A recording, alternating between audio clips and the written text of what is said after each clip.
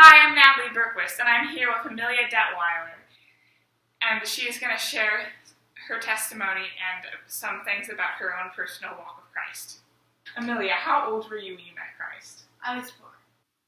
How did you meet Christ? So when I was 4, my parents would take me to the block party at our church. And one time there was a lady telling the story of salvation. And I decided then that I was going to follow God.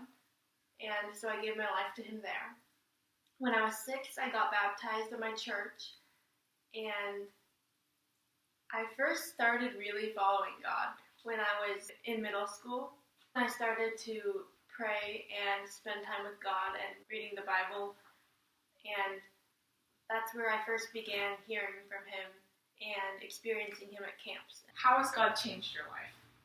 So I've had some struggles with depression and anxiety for a while now, but God has been helping me through that and taking away the anxious feelings and helping me and giving me people who can help me when I'm depressed.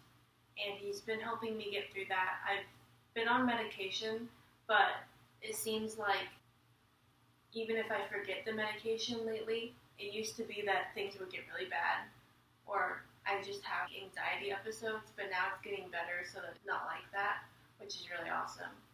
And God's just been really there for me and helping me because I have a problem with believing that I have to do things a certain way in order to please God. He's just been helping me to kind of let that go and just know the truth about how it's not our responsibility to do everything right.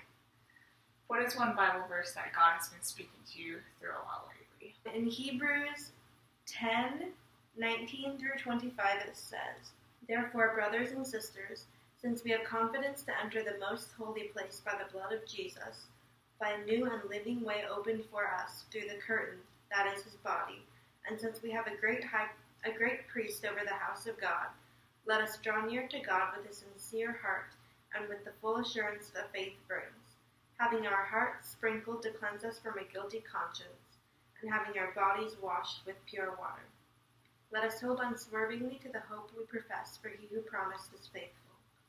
And let us consider how we may spur one another on toward love and good deeds, not giving up meeting together as some are in the habit of doing, but encouraging one another, and all the more as you see the day approaching." So God has been speaking to me this whole year about this passage. He kind of gave it to me as a passage for the year. In February, when our youth group went to our winter retreat, it was about the tabernacle and about how Jesus has fulfilled all of the Old Testament requirements for us to be close to God today, which is talked about in the first part of these verses. And that really helped me realize that God has completely made the way for me just to be with Him. And then it says to draw near to Him, and that's kind of been what God has been speaking to me about lately, just about drawing near to Him with a sincere heart, so just seeking after Him and knowing that it's all by faith and still seeking after Him and being pure at the same time, because that's the kind of life that He wants us to live. Well, thank you, Amelia, for sharing your testimony. Of course. Thank you for watching. I hope to see you next time.